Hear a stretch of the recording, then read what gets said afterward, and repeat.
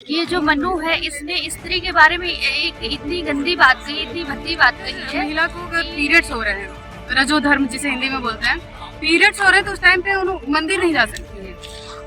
और जो है वो मतलब गंदा मान रहे हैं उसको, ये मनुस्मृति में। भाई जिस उस पीरियड की वजह से, उस ओव्यूलेशन की वजह से उस पूरा संसार पैदा हुआ है। आप बता रहा हूँ, अगर तुम मेरी आवाज सुन रहे हो ना तो गिरा के मारेंगे तुमको, इस चीज को जान लेना। क्योंकि सर जय भीम, मैं हूँ इंजीनियर स्नेहा और आप देख रहे हैं नेशनल स्टॉक।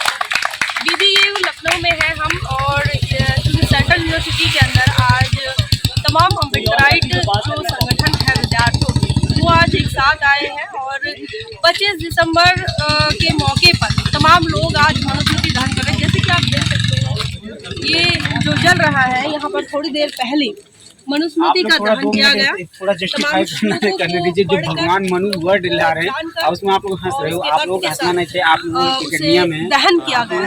तमाम लोग छात्र हैं जिन्होंने आज ये मनुस्मृति का दहन किया।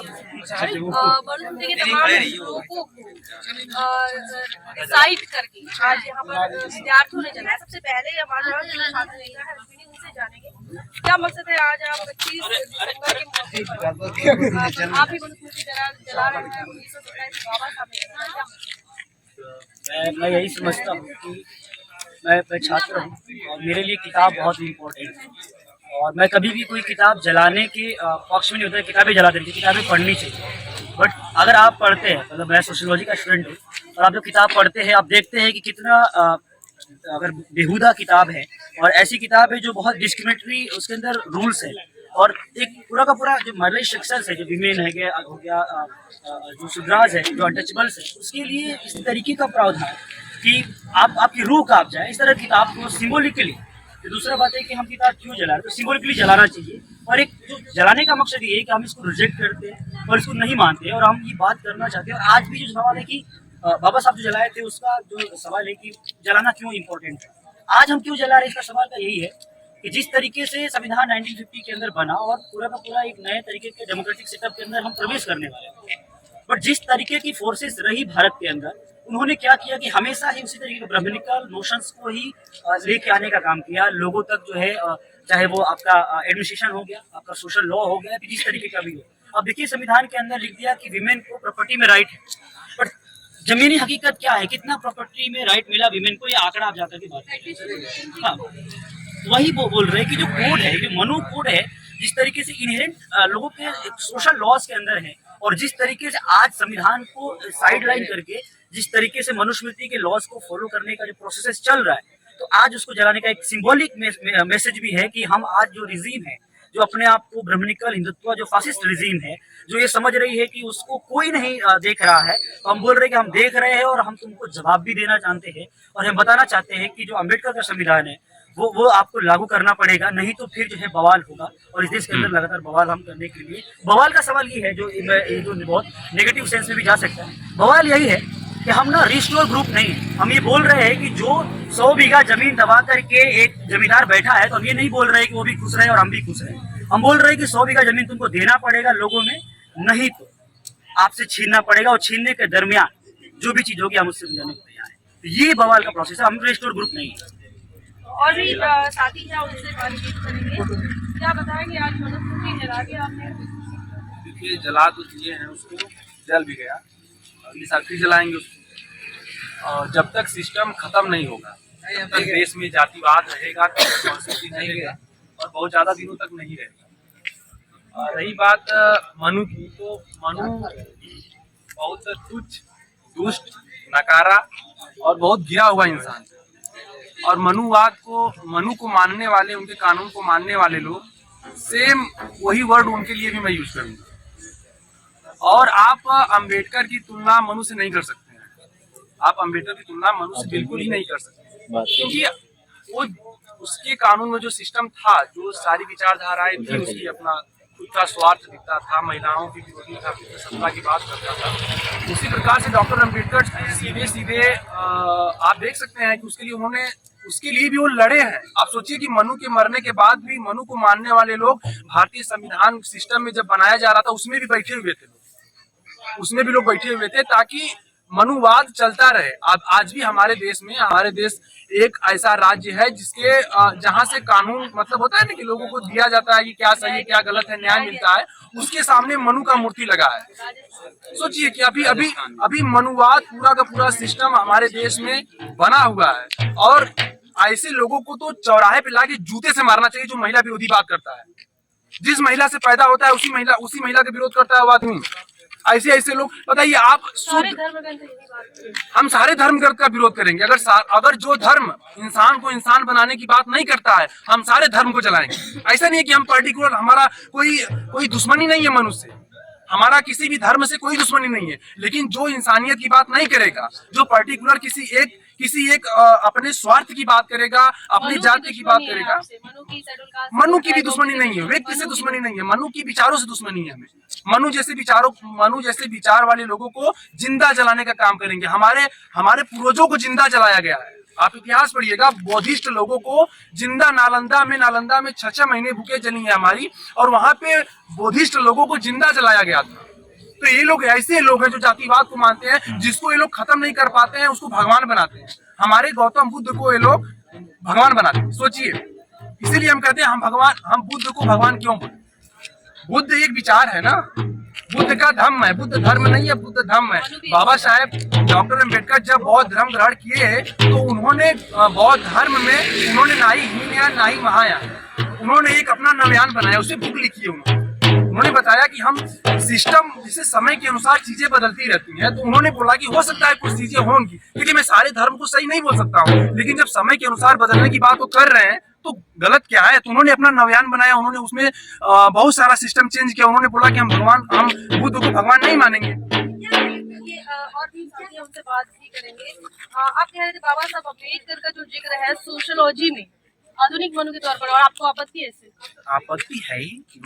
जो बाबा साहब मनुस्मृति को जला रहे थे, एक प्रतीकात्मक विरोध था, और वो विरोध ऐसा था कि जो एक मनु एक संविधान था, मनुस्मृति एक संविधान था जो कि ब्राह्मणिकल आइडियोलॉजी को गवर्न करता था। एक ब्राह्मणिकल स्ट्रक्चर में जो ब्राह्मण क्षत्रिय और वैश्य को एक सामाजिक आर्थिक राजनीतिक रूप से उनको अधिकार प्रदान करता था और शूद्रों को मानवीय अधिकार से वंचित करता था। एक तरह का वो तो संविधान था।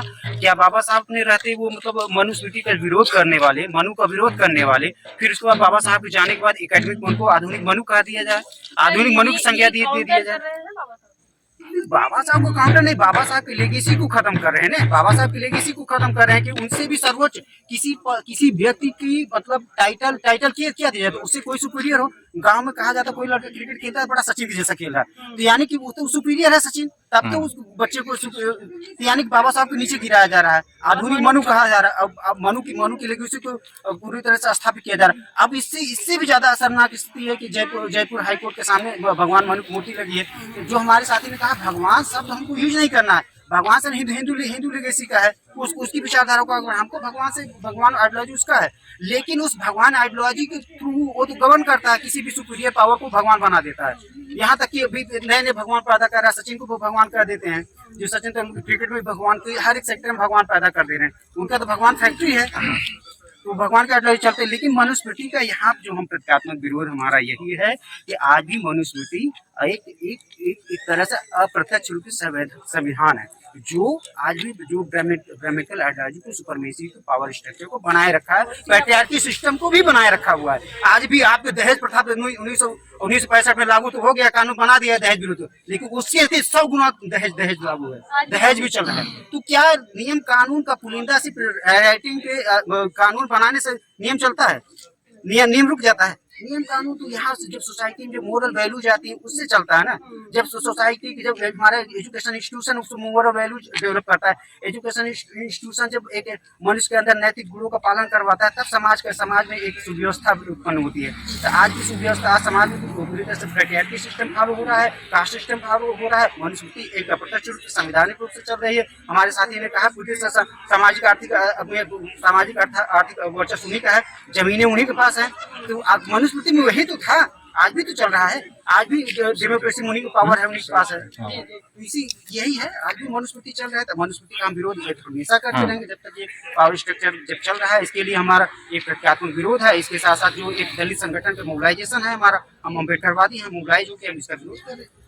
तो यहाँ पर आप देख सकते हैं तमाम अम्बेडकराइट जो स्टूडेंट्स हैं वो एकत्रित होकर इकट्ठा होकर मनुस्मृति का जो दहन किया है। महत्वपूर्ण बात यह है कि 25 दिसंबर को मनुस्मृति दहन दिवस के साथ साथ महिला मुक्ति दिवस के तौर पर भी देखा जाता है और न सिर्फ महाराष्ट्र में बल्कि पूरे देश में इसे महिला मुक्ति दिवस के तौर पर मनाया जाता है। और जो लड़कियों की यहाँ पर संख्या है वो भी है, उनसे भी बातचीत करेंगे।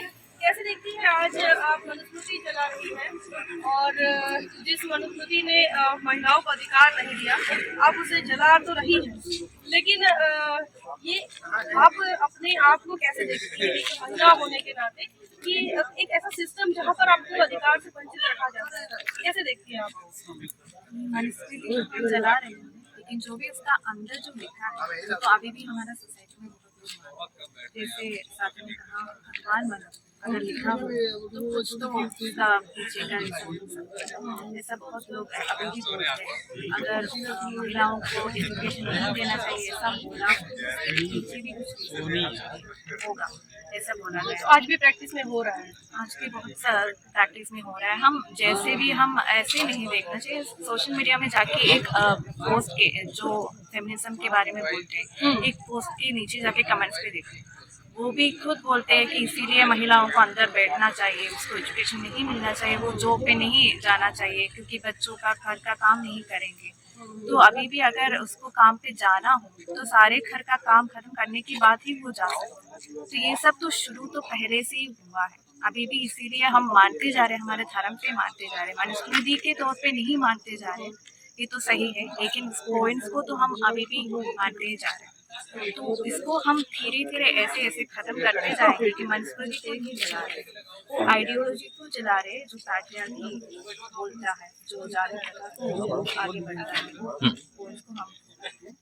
तो यहाँ पर इनका कहना है कि जो पितृसत्ताक व्यवस्था को लेकर जो इसका पुरस्कार करते हैं उस व्यवस्था को ये जला रहे हैं और ये सिंबॉलिक फॉर्म है क्योंकि आज भी समाज के अंदर तमाम चीज़ों की प्रैक्टिस होती है। साथियों आ जाइए एक गीत रखते हैं। ये मनुस्मृति एक सिंबॉलिक है, ये एक विचारधारा को, जैसा कि मेरे पहले वाले शिक्षकों ने बोला, ये एक विचारधारा का ये बस 5 मिनट अश्विनी। विचारधारा मतलब इस तरीके की विचारधारा आप अगर देखेंगे मतलब एक रिजर्वेशन सिस्टम है, लेकिन आप फिर भी एक रिजर्वेशन सिस्टम के अंदर भी देखेंगे तो कितने दलित महिला या कितने लोग हैं जो एक्चुअली रिजर्वेशन सिस्टम को यूज भी कर सकते हैं। उनके घर में अगर उनकी संपत्ति भी देखेंगे तो संपत्ति भी शायद उनकी बहुत कम है। एक जनरल कास्ट या अपर कास्ट के पास शायद संपत्ति बहुत ज्यादा है और इसी वजह से अब कितना है कितना नहीं है इसके ऊपर भी हम ये दावा भी तो करते हैं कि कास्ट बेस्ड सेंसस होना चाहिए। और अब अगर ये महिलाओं के घर में भी देखेंगे, अपर कास्ट महिलाओं के भी घर देखेंगे कि वो घर से बंधे हुए, वो घर से ज्यादा निकल नहीं सकते। अब कितने भी अपर कास्ट हो, कितने भी संपत्तिवान हो, उनके घर उनके पर्सनल जिंदगी में भी एक क्या बोलो बड़ा मतलब क्या बोले डिपेंडेंसी, वो किसी के ऊपर वो आजाद नहीं रह सकते। और है भी ऐसा भी नहीं कि वो हम पुरुषों की तरह उतना भी आजाद है, ऐसा है भी नहीं। हमारे यूनिवर्सिटी के अंदर भी आप देख सकते हैं रात 8 बजे के बाद जो महिला है वो हॉस्टल से बाहर नहीं रह सकती, वो हॉस्टल के अंदर ही रहेंगी। तो ये एक तरीके से तो डिस्क्रिमिनेशन है ना। अब मान लीजिए किसी को रात में पढ़ने का कोई मन करे तो वो लाइब्रेरी आ भी नहीं सकती, वो हम पुरुषों के लिए वो आजादी है लेकिन महिलाओं के लिए वो है नहीं। तो ये एक तरीके से पेट्रियार्कल जो सिस्टम है और जो एक वर्ण व्यवस्था है जो इंसानों को इंसानों की नजरों से नहीं देखना चाहता। हम इंसानों को इंसानों की नजरों से नहीं देखेंगे तो फिर हम कैसे बोलेंगे कि हम लोकतांत्रिक देश में, लोकतांत्रिक देश में जब लोग ही एक नहीं है तो फिर लोकतंत्र कैसे हो गया। तो ये एक तरीके से लोकतंत्र को बचाने का भी प्रयास है जो बाबा साहेब भीमराव अम्बेडकर जी ने हमें एक अच्छा संविधान दिया है, वो संविधान को बचाने का भी एक सोच है। और जो एक मनुवादी पुरातात्विक जो सोच है, जो सामंतवादी सोच है, जो पुराने जमाने को एक स्वर्णिम युग की तरह देखता है, उसे भी जो है एक्चुअली था भी नहीं, स्वर्णिम युग था भी नहीं, वो तो गुलामी का युग था। उस गुलामी के युग को खत्म करने का भी एक प्रयास है। जी मैं बंगाल से हूँ। और भी साथी हैं और उनसे भी बात करेंगे। कैसे देखते हैं आप मनुस्मृति दहन आज आपने किया है और भारत का संविधान आपको तमाम मौके देता है।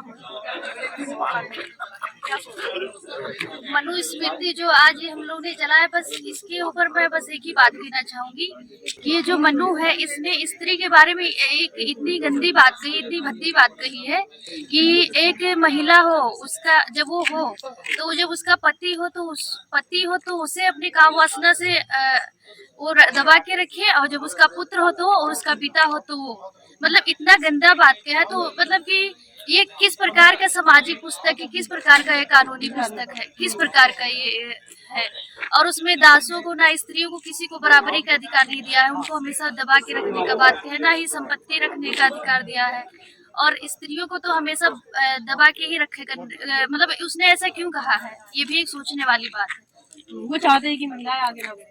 हाँ, बस यही चाहते हैं। और ना ही वो पढ़ेंगी तो अपने बच्चों को पढ़ाएंगी, और भी बहुत सारा चीजें हैं। कंक्लूड करो। और क्या कहेंगे आप? जय हिंद साथी, मेरा नाम रागिनी है और मैं एक साइंस की स्टूडेंट हूँ। 15 मिनट हो गया। हमने पढ़ा है कि साइंस कहता है इस धरती पे जितने भी जीव जंतु हैं सबको बराबर का अधिकार है, चाहे वो कुत्ते, बिल्ली, कोई सा भी जानवर, गाय हो, भैंस हो, कोई सा भी जानवर हो।